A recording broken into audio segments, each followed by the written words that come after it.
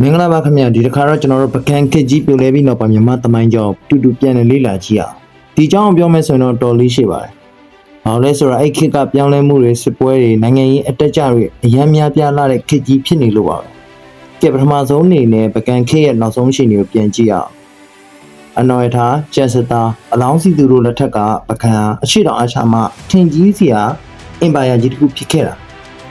သာသနာတော်လဲထွန်းကဇေဒီပထိုးပေါင်းများစွာလည်းပေါ်ထွန်းခဲ့ပြီးတော့စာပေရင်ကျင်းမှုကလည်းအထူးတရောက်ခဲ့ပါတယ်။ဒါပေမဲ့73ရာစုအလယ်ပိုင်းရောက်တော့ပကံရဲ့အင်အားတဖြည်းဖြည်းကျဆင်းလာခဲ့ပါတယ်။အတွင်းရဲ့ပြည်ပခါတွေမိကြီးမင်းသားတွေရဲ့အာဏာလူပွဲတွေပြီးတော့နေရှက်ခံရတဲ့ဒေသတွေကခွဲထွက်ရေးစိတ်တက်တွေစတာတွေအကြောင်းပေါ့။ဒီလိုနဲ့နောက်ဆုံးမှာတော့မြောက်ဘက်ကနေအင်အားကြီးမားတဲ့မွန်ဂိုတို့ရဲ့ကြီးတော်တိုက်ခိုက်ခြင်းကိုခံခဲ့ရပါတယ်။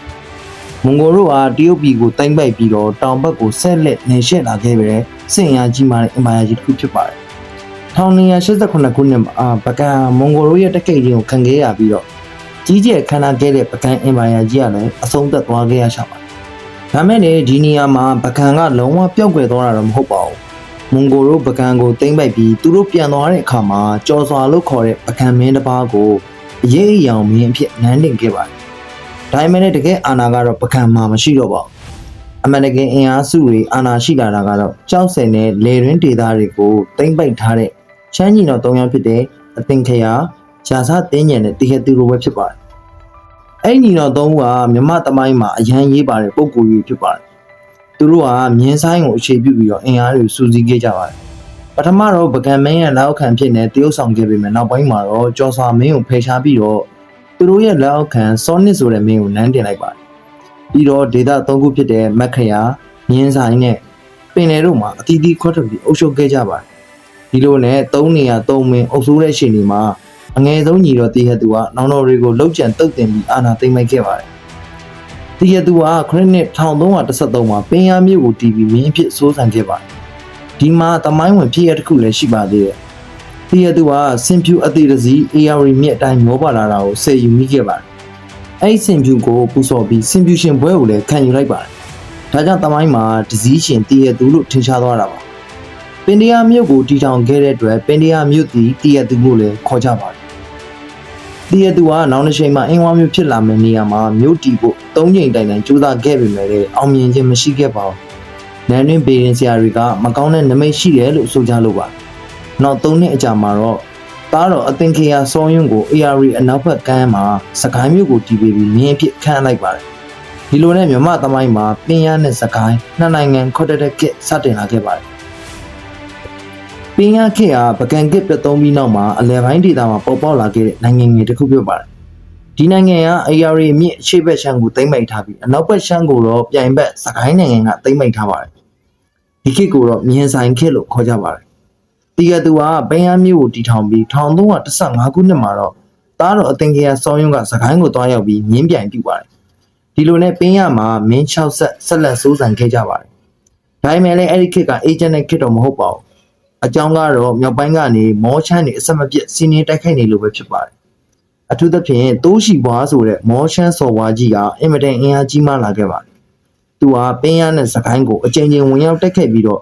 လူသူအမြောက်များကိုလည်းကျွံပြုဖန်ဆီးယူဆောင်သွားခဲ့ပါတယ်။ဒါကြောင့်ပင်ရနဲ့စကိုင်းမင်းဆက်တွေကတဖြည်းဖြည်းအင်အားရှိနေလာပြီး1364ခုနှစ်မှာတော့လုံးဝပျက်စီးသွားချပါတယ်။စကိုင်းခေတ်ကိုတော့အသင်္ကေယစောယွန်းရဲ့ဖခင်ဖြစ်သူတည်ဟသူကစကိုင်းမြို့ကိုတီးပြီးမင်းအဖြစ်ခန့်အပ်လိုက်တဲ့အချိန်ကနေစတာပါ။ပင်ရကမြေအရှိပံသိမ်းပိုက်ထားပြီးစကိုင်းကတော့အနောက်ဘက်ကိုသိမ်းပိုက်ထားပါတယ်။ဒီနှစ်နိုင်ငံကလည်းတခါတည်းရံမှာစစ်ပြိုင်ခဲ့ကြပါတယ်။တခါတည်းရံမှာလည်းပြန်လည်ညီညွတ်ခဲ့ကြပါတယ်။ဒါမှလည်းတိတ်အင်ရမကောင်းခဲ့ကြပါဘူး။စကိုင်းမှာတော့မင်း9ဆက်လက်စိုးစံခဲ့ပြီးတော့1364မှာမော်ရှန်တို့ဝင်ရဲတက်ခဲ့လို့ပင်ရလိုပဲစကိုင်းနဲ့ပျက်စီးသွားခဲ့ပါတယ်။စကိုင်းခေတ်မှာထင်ရှားတဲ့မင်းတွေကတော့စကိုင်းစာထွန်းရွှေတောင်ဒါမှမဟုတ်စကိုင်းမင်းကျော်စွာငယ်နေရတူမင်းဥစနာမင်းကျော်စွာကြီးနဲ့မင်းပြောက်တို့ပဲဖြစ်ပါတယ်။ဒါပေမဲ့လည်းအဲ့ခေတ်မှာမင်းဆက်တွေကမတည်ငြိမ်မဲနဲ့နန်းတွင်းပြိပခါတွေနဲ့အမြဲတမ်းချုပ်ထွေးနေခဲ့ပါတယ်။နောက်ဆုံးမှာတော့အင်းဝမင်းဆက်ရဲ့ပထမဆုံးဘုရင်သရုံမင်းပြစကိုင်းကိုသိမ်းပိုက်ပြီးအင်းဝထီးနှံကိုတည်ထောင်ခဲ့ပါတယ်။စကိုင်းခေတ်ရဲ့ထူးခြားချက်တွေကတော့စာပေယဉ်ကျေးမှုထွန်းကားခြင်းပဲဖြစ်ပါတယ်။စကိုင်းခေတ်မှာဆိုရင်ရှင်မဟာရထသာရကဲ့သို့ပဲကြော်ကြားတဲ့ယဟန်စဆိုတော်တွေပေါ်ထွန်းခဲ့ပြီးတော့ကိုးပိုင်ချမ်းစတဲ့ပြုတ်ကြပြလက်ရာတွေနဲ့ပေါ်ထွန်းခဲ့ပါတယ်။ ဗုဒ္ဓသာသနာပြုလုပ်ငန်းတွေလည်းအားကောင်းခဲ့ပြီးတော့စေတီပထိုးများစွာလည်းတည်ဆောက်နိုင်ခဲ့ပါတယ်စကိုင်းခေတ်ဟာကာလတူတောင်းပေမဲ့လည်းမြမသမိုင်းမှာတော့အရေးပါတယ်ကိုပြောင်းခေတ်တစ်ခုဖြစ်ခဲ့ပါတယ်ဒီစကိုင်းခေတ်ဟာဆိုရင်အင်းဝခေတ်ကိုအုံမြင့်ချပေးခဲ့ပြီးတော့မြမစပေးနေရင်ကျင်းမှုဖွံ့ဖြိုးတိုးတက်မှုအတွက်လည်းမျိုးစေ့ချပေးခဲ့တဲ့ခေတ်တစ်ခုလည်းဖြစ်ပါတယ်အင်းဝခေတ်ကိုတော့ခရစ်နှစ်1364ခုနှစ်မှာသရိုးမင်းဖျားကစတင်တည်ထောင်ခဲ့ပါတယ်သူကစကိုင်းခေတ်နဲ့ပင်ရခေတ်တွေကိုအဆုံးသတ်စေပြီးတော့မြန်မာနိုင်ငံအလယ်ပိုင်းမှာအားကောင်းတဲ့အင်းဝနေပြည်တော်ကိုထူထောင်ခဲ့တာဖြစ်ပါတယ်အင်းဝမြို့ကို AR မြင့်နဲ့မြင့်ငယ်စုံတဲ့နေရာမှာတည်ဆောက်ခဲ့တာကြောင့်စီးပွားရေးရရောစစ်ရေးရပါအလွန်ရေးပါတဲ့နေရာဖြစ်ပါတယ်သရိုးမင်းဖျားကွယ်လွန်ပြီးတဲ့နောက်မှာမိဂရာပါကောင်းစွာငယ်စွာစော်ကဲမုံညင်တို့အစားရှိတဲ့မင်းတွေစက္ကန့်စိုးစံကြပါတယ်ဒီမင်းတွေလက်ထက်မှာတော့မွန်တို့ရဲ့ဟန်တာရီနဲ့ချမ်းတို့ရဲ့ကျူးကျော်မှုတွေကိုကုကန်တိုက်ခိုက်ခံရပါတယ်အင်းဝဟာအထက်မြန်မာပြည်အများစုကိုဩဇာလွှမ်းမိုးနိုင်ခဲ့ပေမဲ့လည်းအိမ်ကြီးချင်းတွေနဲ့မကြခဏစစ်တွေဖြစ်ပွားခဲ့ရပါတယ်အင်းဝခေရဲ့အထင်ရှားဆုံးစစ်ပွဲကတော့မွန်ဘရင်ရာဇာဒီရစ်နဲ့အင်းဝဘရင်စွာစော်ကဲတို့ဖြစ်ပွားခဲ့တဲ့အနှစ်40စစ်ပွဲပဲဖြစ်ပါတယ်ဒီစစ်ပွဲဟာမြန်မာသမိုင်းမှာအကြအဆုံးနဲ့အပြင်းထန်ဆုံးစစ်ပွဲတစ်ခုလည်းဖြစ်ပါတယ်နှစ်ဖက်စလုံးမှာရဲစံတတိရှိတဲ့စစ်သူကြီးတွေနဲ့တန်တမန်တွေရှိခဲ့ကြပြီးတော့အဆုံးမှာတော့အင်းဝဟာမုတ်တမကိုလွတ်လိုက်ရတာနဲ့မုံတို့ရဲ့အင်အားပုံမူကြီးထွားလာခဲ့ပါတယ်အနှစ်40စစ်ပွဲပြီးတဲ့နောက်မှာတော့အင်းဝနန်းနဲ့မှာရှမ်းစော်ဝါးတွေရဲ့ဩဇာကကြီးမားလာခဲ့ပါတယ်မုံညင်မင်းတရားနဲ့မုံပြဲမင်းတရားလိုချမ်းမင်းတွေကအင်းဝထီးနှံကိုတိမ့်မိုက်စိုးစံခဲ့ကြပါတယ်အဲ့ဒီခေတ်ကာလကိုတော့ချမ်းခေတ်လို့ခေါ်ဆိုကြပြီးတော့ဘာသာယဉ်ကျေးမှုနဲ့အုပ်ချုပ်ရေးတွေမှာချမ်းတို့ရဲ့နှံ့မှုတွေထင်ရှားစွာရှိခဲ့ပါတယ်စစ်ရေးရလည်းအတက်ကြရှိခဲ့ပေမဲ့အင်ဝါခေတ်ကမြမစာပေနဲ့ဗုဒ္ဓဘာသာအလွန်ထွန်းကားခဲ့တဲ့ခေတ်တစ်ခေတ်လည်းဖြစ်ပါတယ်ရှင်မဟာသီလဝန္ဒအရှင်အကပန္နိဒစတဲ့ယဟန်ဆောက်ဆိုတော်ကြီးတွေပေါ်ထွန်းခဲ့ပြီးတော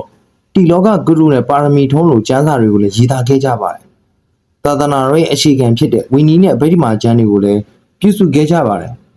အင်းဝခေတ်ကိုမြမစာပေရဲ့ရွှေခေတ်လို့လည်းတင်စားပြောဆိုကြပါတယ်အဲ့ဒီခေတ်မှာဆိုရင်တော့ပြုတ်ကပြားလူပြိုတော်ဆက်တွေညောင်များပေါ်ထွန်းခဲ့ပါတယ်အင်းဝဟာအနောက်ဘက်ကရခိုင်တောင်ဘက်ကမွန်အရှေ့ဘက်ကချမ်းအနောက်မြောက်ကမဏိပူရစတဲ့အိန္ဒိချင်းတွေနဲ့ဆက်ဆံခဲ့ရပါတယ်တခါတရံမှာတော့မဟာမိတ်ဖွဲ့ခြင်းတခါတရံမှာတော့စစ်မှတ်ဖြစ်ပွားခြင်းတွေရှိခဲ့ပါတယ်အထူးသဖြင့်ရခိုင်နဲ့အင်းဝါတို့ဟာကုံသွယ်ရေးနဲ့အိမ်တော်ရေးဆက်သွယ်မှုတွေရှိခဲ့ကြပါတယ်ခရစ်နယ်15ရာစုနှစ်နှောင်းပိုင်းမှာတော့အင်းဝိုင်းရဲ့အင်အားတဖြည်းဖြည်းကျဆင်းလာခဲ့ပါတယ်။နန်းတွင်ရေးချုပ်ထွေးမှုတွေနေပယ်တိတိကစော်ဝါးတွေရဲ့ပုံကံမှုတွေ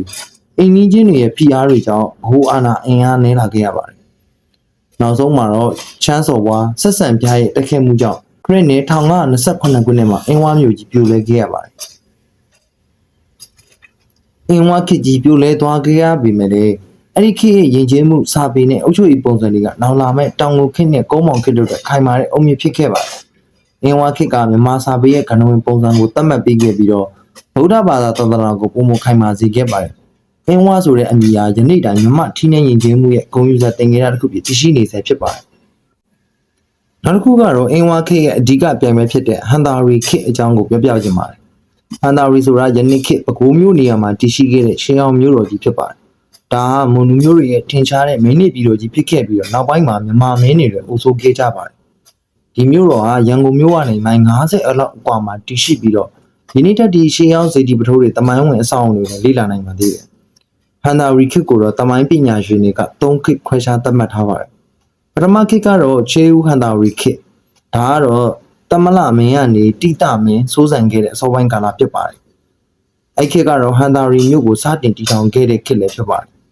ဒုတိယခေတ်ကတော့ဝါရီရှုမင်းဆက်ခေတ်ဖြစ်ပါတယ်။ဝါရီရှုမင်းကနေစပြီးတော့ပညာဦးရသဒီရစ်ဘယင်မရှင်စောဘူးဓမ္မစီဒီမင်းတို့ပါဝင်ပါတယ်။နောက်ဆုံးမင်းကတော့သူ့ရှင်ရကယူပြီးဖြစ်ပါတယ်။တတိယခေတ်ကတော့တောင်ကိုဟန်တာရီခေတ်ဖြစ်ပါတယ်။တပင်ရွှေဒီကနေစပြီးတော့ညောင်ရမ်းခေတ်အလုံးမှာပေါ်ထွန်းခဲ့တဲ့မွန်ဘရင်ပညာတလငါးစုဒါယကာအထိကာလကိုဆိုပါတယ်။အဲ့ဒီခေတ်ကာလရဲ့အထင်ရှားဆုံးပုဂ္ဂိုလ်ကတော့ရသဒီရစ်ပဲဖြစ်ပါတယ်။သူကတော့မွန်3ရက်ကိုတစည်းတဲ့တလုံးနဲ့ဖြစ်အောင်စူးစီးနိုင်ခဲ့တဲ့ပထမဆုံးမွန်ဘရင်လည်းဖြစ်ပါတယ်။သူ့လက်ထက်မှာပညာရှိအမတ်ကြီးတွေဖြစ်တဲ့ဇွဲတနုံမင်းကန်စီအမတ်တေတမိန်ပြဆားတို့ကရှိကြပြီးတော့ဘရင်ကဆုံးဖြတ်ချက်တိုင်းကိုသူတို့နဲ့တိုင်ပင်ညှိနှိုင်းပြီးမှချမှတ်လေးရှိပါတယ်။ဇာသာတီတွေကအင်းဝါနဲ့နှစ်ပေါင်း40ကျော်စစ်ဖြစ်ပွားခဲ့ပါတယ် အဲ့ဒီစစ်ပွဲတက်မှာမွန်သူရဲကောင်းတွေအများများပေါ်ထွက်လာခဲ့ပါတယ်ဝဝင်းပြက်စာအမတ်တိန်လကွန်းအိမ်တမင်ပရန်အဝနိုင်ဥပကောင်အဲမွန်တရားစတဲ့သူရဲကောင်းတွေပဲဖြစ်ကြပါတယ်